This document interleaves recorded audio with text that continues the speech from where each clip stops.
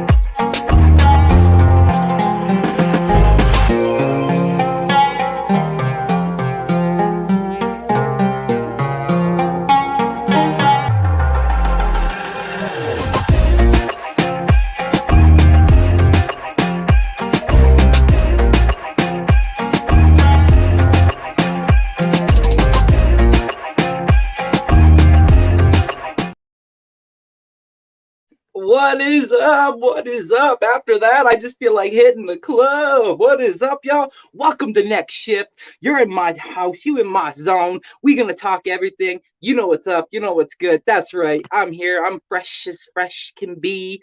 But to talk some sports with y'all, let it be. First up on the docket, though, I'm going to be real quick. Just wanted to get this out here just to let everybody know.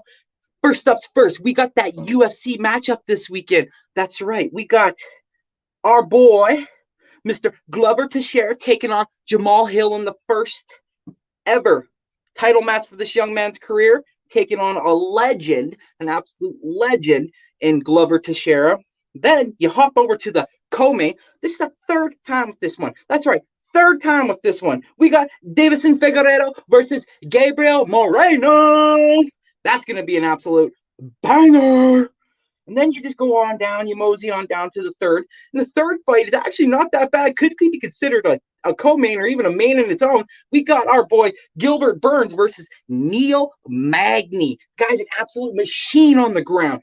He gets his arms and his legs around you. You might as well be looking up at the heavens and say, I'm coming home, because you're going lights out. And please, it doesn't just stop there. We got Jessica Andrade versus Lauren Murphy.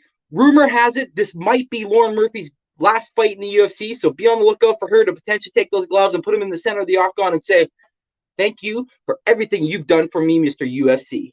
And then finally, we have Paul Craig versus Johnny Walker.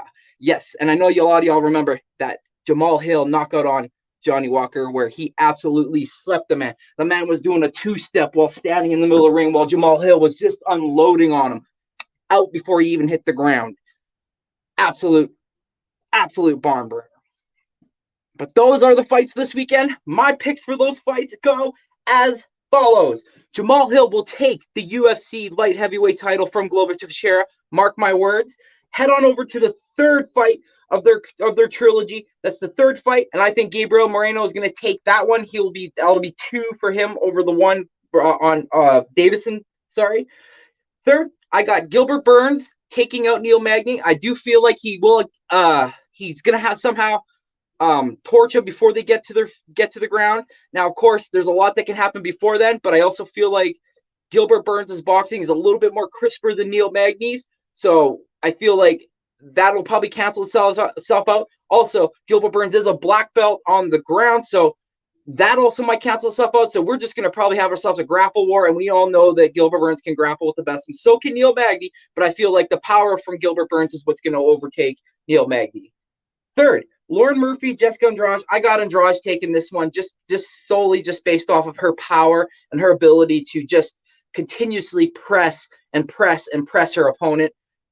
She's got unbelievable knockout power. And like I said, the rumors, if they are true, Lauren Murphy's probably halfway in, halfway out. So who knows how that'll turn out. Sorry. And then last but not least, we have the Scottishman Paul Craig versus Johnny Walker. I have Paul Craig taking this one. I do. I feel like Johnny Walker, he's put out way too much tape out there for everybody to see that his chin is the biggest issue. It's like a glass porcelain doll. All you got to do is connect on that sucker and it's going to break. Yeah, I got Paul Craig taking this one via TKO. And those are my top 5 picks for the main card. Let's get to some comments since we got some people in here. We got Daniel Borelli Sports Highlights. Yo, what's good, bro? Thanks for popping in, man. Make sure you hit that like button, bro. Appreciate it. We got Lady Kenzie. Hey, well, this is Lady Kenzie. Thank you so much for being here. I appreciate it. Thank you so much. You also hit that like button. My guy, this man right here is the one that helped me set this up. This right here, this episode number 1 is dedicated to you, Mr. Robert. Thank you so much, my friend, for helping me out. Appreciate it. You came through in the clutch, even though you, my friend, were busy. You still put some time aside for me. I am greatly appreciative of that, my guy. Really do appreciate it. And then we have a legend, an absolute legend in the creating sport, or in the creating space, sorry, that is, Mitch motherfucking Kofsky. What's up, bro? Thanks for popping in. I really do appreciate it. Thanks so much. All right. Second on the docket today, I wanted to talk about also up and coming NASCAR schedule. That's right. This guy likes some NASCAR. I love NASCAR. Grew up around racing my whole entire life with my parents.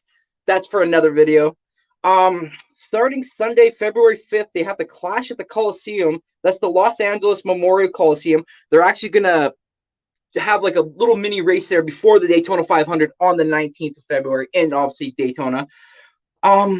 So any fans out there, anybody that's watching, I see I got 5 in here. Are any of you guys NASCAR fans? And if so, please put your driver's name in the chat. We can chat about that. My guy just announced this year, Kevin Harvick, number 4. This is his last year, 23 years in racing, absolute legend in the sport. He took over for the number 3 Dale Earnhardt Sr. car. He obviously changed the number to his number to 29. And of course, I don't know if any of y'all that are watching know, but when he did so, he ended up winning the first race after Mr. Senior passed. And that's when you see him driving out of the car, holding up his fingers, holding the number 3. Got into the pits. It was super emotional. I mean, pit crew was crying. Richard Childress, the owner, came over. Hendrick of another racing organization, he came over. It was absolutely, it was emotional. It was devastating to see that, you know, one of the greatest race car drivers of all time, the Intimidator, was no longer there, right? And just to see the Goodwrench car in this the winner's circle was just emotional for my take as well. So absolute respect to Mr. Kevin Harvick. Sorry, got off track there. To you, my guy, 23 years in the sport, absolute legend. Love you, brother, and can't wait to see maybe your little boy Jake. He might be a NASCAR driver someday soon too. So, but see, got some more comments in here. Got my guy Further AM. Further AM. What's up, brother? How's it going? We have Derby Entertainment. Yep, I was a Gordon fan. Jeff Gordon, eh? Yeah, that was my mom's guy. My mom's go-to. Yeah, absolutely unbelievable race car driver as well. It's when Jimmy Johnson came in his shadows. That's when it kind of got a little murky there, because Jimmy Johnson rattled off those 6-7 championships in a row, like was just unheard of. Oh, yeah, Mitch is gonna set it up. This is my guy right here. Him and Rob are the guys that help set up for idiots like myself who don't know and don't understand anything when it comes to technology, other than just sit in front of the screen and talk to y'all about sports. So I appreciate that, Mitch. Robert says here he's a Gordon. Jimmy Johnson was great, and Earnhardt Jr. Yeah, Earnhardt Jr. was great too. The only problem is, again, like I just mentioned about shadows with Jeff Gordon having Jimmy Johnson behind him, was the biggest issue was for Junior was his dad's shadow. The fact that his dad just absolutely murdered it. And like, when I say murder, like, he would put you in the wall if it took him winning the race. I mean, Terry Labonte driving the Kellogg's number 5. I think it was Richmond. he was in the lead. All he had to do was just come out of turn 3, go out of turn 3, coming into turn 4, and he won the race. The Intimidator came in, gave him the old, hey, how you do? And won the race. It spun him out and took him out clean out. So, again, Earnhardt Jr. living in the shadows of his dad being such a great race car driver, it definitely did hurt him when it came to championships because he just wasn't able to do it. Now, of course, he was able to win some of the biggest races. Of course, Earnhardt Jr.'s track is Talladega. Absolutely loves that track. Restricted plate track. Sorry, couldn't speak. So yeah, absolutely, Robert. And Derpy agrees. Absolutely. Robert's laughing. And then further, Terry Labonte was my favorite driver all time. His brother, Bobby Labonte, drove the number 18 Interstate Batteries car. So that was kind of cool having that brother connection there for a while there. And it's funny because further, I was a Terry Labonte fan, but whenever I played video games, I always went to his brother, Bobby Labonte. For some reason, I never took Terry. I always took Bobby. I don't know why. Maybe it was the color schemes because I was a big Rusty Wallace fan growing up. Loved Rusty Wallace. Loved that Miller Jewin draft. Black and gold. Oh, it was preem, absolute preem. as well as Alan Kwiecki, number 7 Hooters car. Of course, everybody knows how he passed. Absolute legend in the sport as well. Absolute legend. Got my boy here, Halftime. What's up, Halftime? Appreciate you coming in, bro. Thank you so much. Really do. I got Derpy here saying, I'm a Steelers fan, though. I just want to point out, considering what BS happened to the Chargers, I couldn't put the Giants, but I still have the Eagles winning 28-24 because it's the NFL. Well, Derpy, yeah, like a lot of people are saying like the BS penalty calls and the offsides and just a whole bunch of things. Of course, like the defense has to stop the team from scoring too, obviously, but yeah, just how everything worked out all in there again. It just goes to show, right? Anything can happen. Exactly. Anything can happen. Anything can happen. Mitch is going to set up the stream, he said, for the Daytona 500. And it says here that that is AK Eagles up there to any of you that are watching. That's one of the great Eagle creator within our circle here. He actually helped start this little unit we got here called Hardcore Sports Network with Mitch Kofsky. So AK will be joining you for the Daytona 500. Dope. Sweet. So me and further in AK. I like it. The more, the merrier. Here we go. And he said, what I meant was I couldn't count them out. Oh, sorry. Yeah, it's all good, bro. It's all good. I've been there. Fat fingers and you hit it, send, and then after you're going, oh, that's not how you, fuck. I get it, bro. All good. But yeah, man. So like the Daytona 500 starts on the February 19th. And then you fast forward February 26th, we have the NASCAR at the California, and then fast forward to the February 5th, we have Las Vegas, which is a track that my parents have traveled to quite often. It's a really nice track, really fun to watch, especially when they do night racing there, especially because under the lights, the cars just look beautiful. But yeah, anybody in the chat, you want to talk about this, or I'll move on, and then we'll see what happens. But I might be on, depends if I'm not working. Oh, sick. Okay, fuck yeah, let's go, Robert. All right, bro, let's go. Flex, I see that. Flex, there we go. Okay, I like it.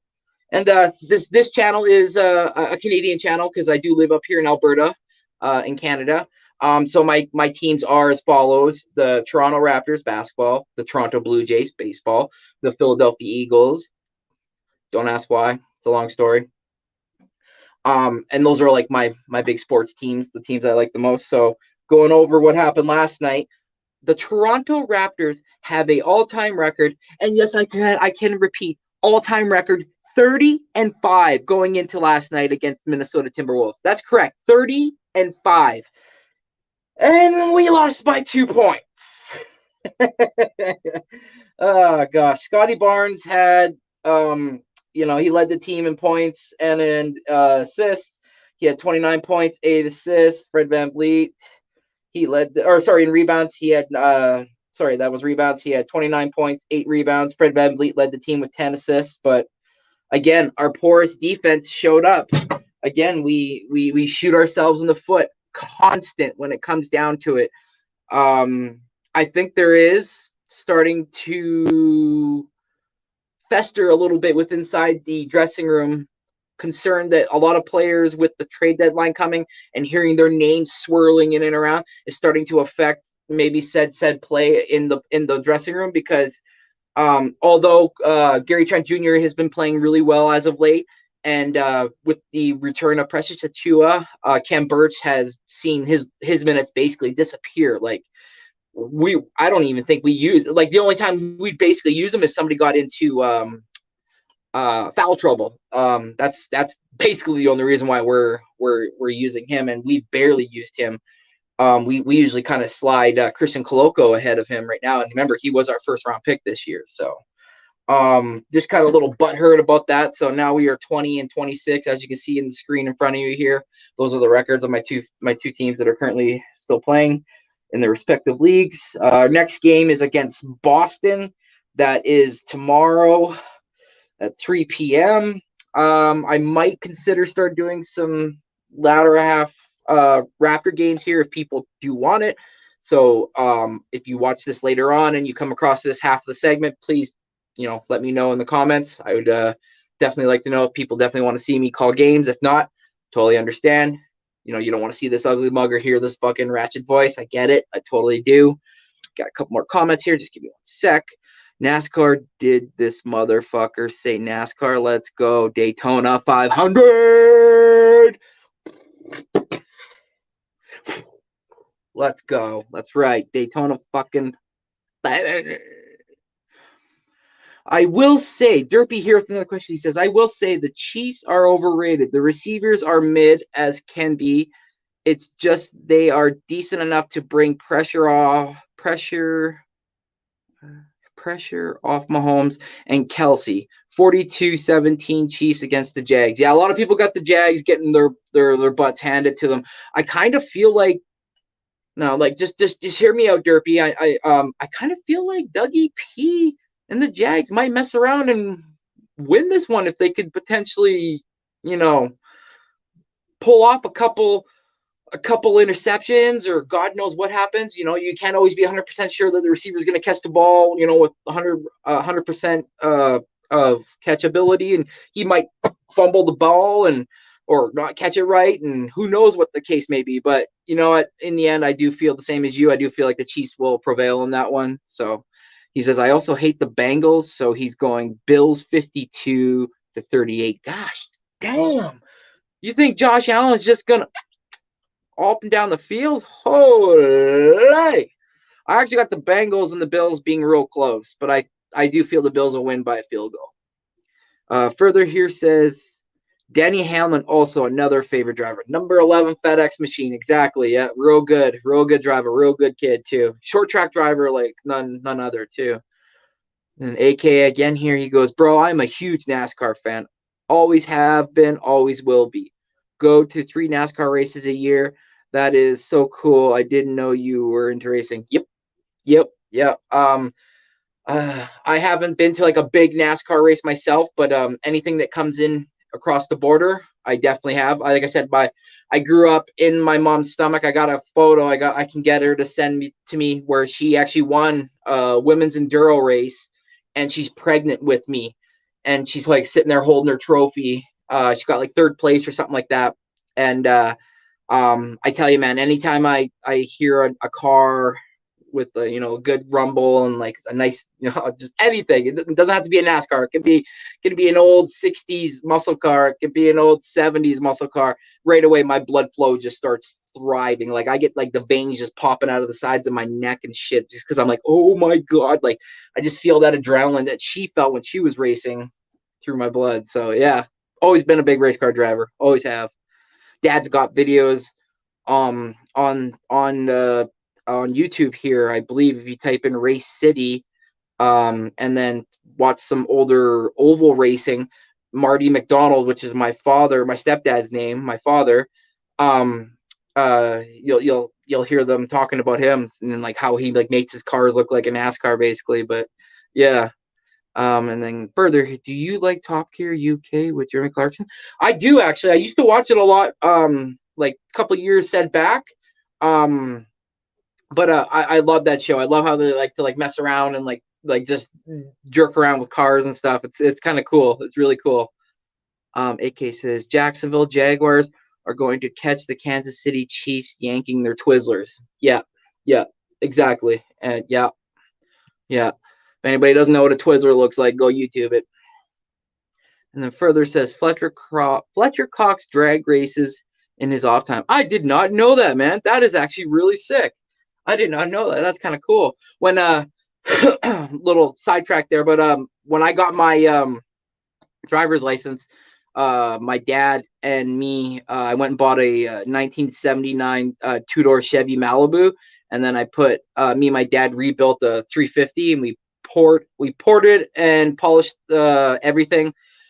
I put a camshaft,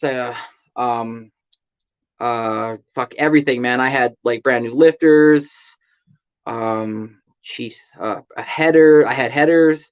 I had brand new exhaust. I had Mickey Thompson street legal slicks, and yeah, this thing also had like it looked like crap, but it was fast. It was like it went like snot. So yeah, I like a little bit of drag racing me myself too. So that's kind of cool. I didn't know that about him. That's actually kind of sick. That's sweet. And again, shout out to Further. I really appreciate that, man. To anybody that's watching, make sure you just smash that like button, help it get out there in the algorithm. And if you haven't already, make sure you like and subscribe, because I'll be doing more of these. Like I said, this is EP1. It's only the start of many to come, so really do appreciate it. And like he says here, make you go over there and smash that like. Don't smash it too hard, because I will not replace anything you break. That's your shit, not mine. So if you fuck up and fuck around, that's sorry. I mean, sorry. But yeah, to go back to my topics here. So in the Raptors on the 25th face Sacramento, then we face Golden State, and then Portland, and then Phoenix to end up the month of January. Honest to God, I could see us probably messing around and losing probably in the next 6 games. We could go 0-6. The Raptors could be 0-6. Like, the record could be literally 20-34 by the end of this. Like, fuck, I don't like the sounds of that, but anyways, that is it for the Raptors right now. And then I want to go into the game that is being played at 6:15 p.m. local, and that is the motherfucking Philadelphia Eagles, go Birds, versus the motherfucking New York, you mess around and you fuck with us and we'll beat your ass, Giants. Sorry to all you Viking fans out there.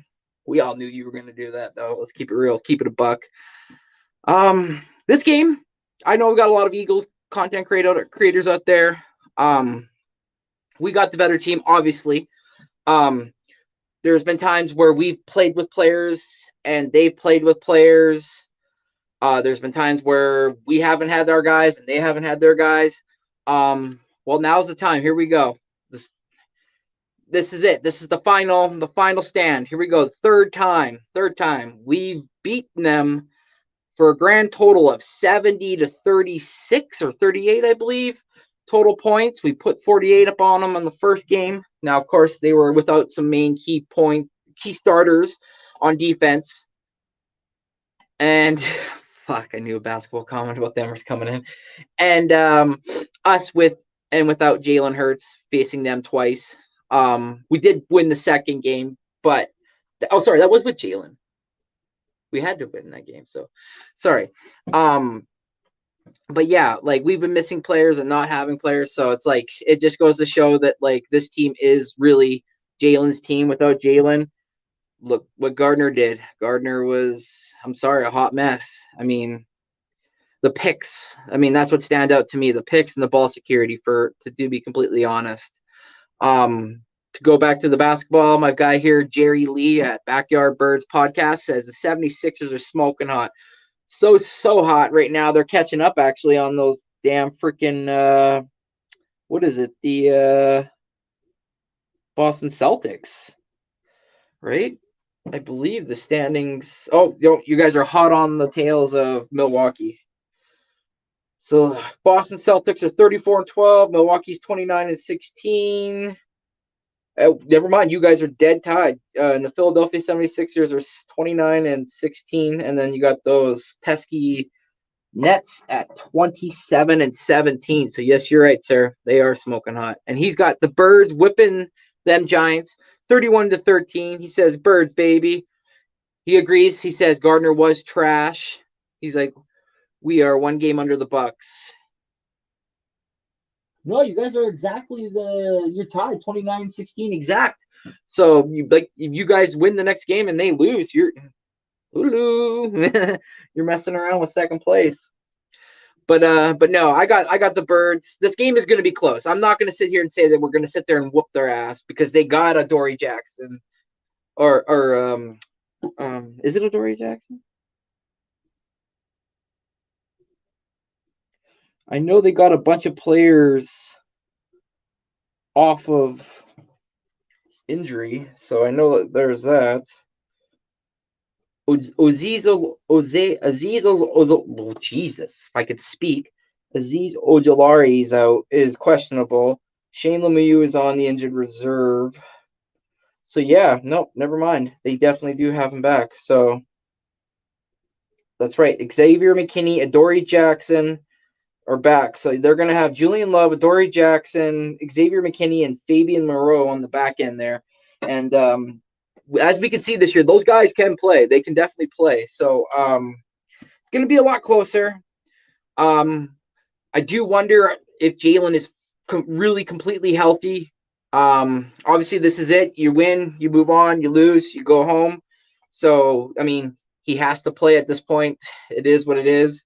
I'm really going to be watching closely to see what his shoulder looks like when he's throwing. If there's going to be a lot of RPOs where he just hands the ball off, or is there going to be a lot of schemed runs with him? So if there is, that'll tell me a lot about his shoulder, and if there isn't, that'll tell me a lot more about his shoulder. So, I guess on the defensive side for me, the only thing I am worried about is Gannon and his predicated play style of playing off and not having the players press a little. Like, I at least like to have my guys jam them a bit off the line rather than allowing them to have basically a 5 to 10 yard good bolt and jolt of energy just to kind of get into their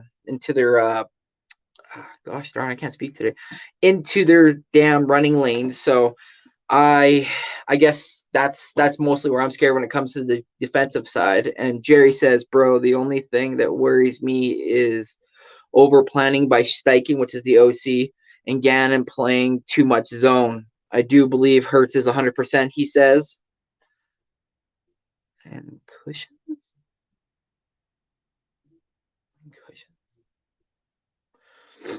Exactly. Yeah, he's too far off. Exactly. But those are my takes right now. Those are some of the topics that I'm gonna be talking about. Obviously, I'm gonna be a little bit longer moving forward. I'm gonna have more of a plan out. Like I said, people, please make sure you comment afterwards if you rewatch this. Make sure you leave a description of what you'd like me to talk about potentially, because like me, I'm an open book. I love all types of sports. For the most part, I just don't like golf. But yeah, other than that, I really do appreciate Jerry coming through. Further, AK, Derpy Entertainment, my guy Rob, Philly Halftime, and Lady Kenzie and Daniel Barry Sports Highlights for coming through and being a part of my first episode. Wasn't the greatest, but it's only up from here, boys and girls. It's only up from here. And then D says right here really quick, Daniel Jones looks like a golfer. Have you seen Daniel Jones's neck, though? It's like fucking linebacker, man. Like, holy. Thick-ass motherfucker. Pause. That's for Mitch. Pause.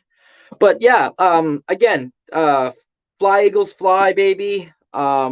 Again, this is just the start of something a little small, little that I wanted to put together here. I've been riding shotgun with some other people on some other shows, and I kind of wanted to have my own say of what I wanted to kind of talk about and whatnot. So this is it. But yeah, really, I really do appreciate again everybody that came through, and hey, until next time, y'all. Love from Next Shift, Randy. I'm out. Peace.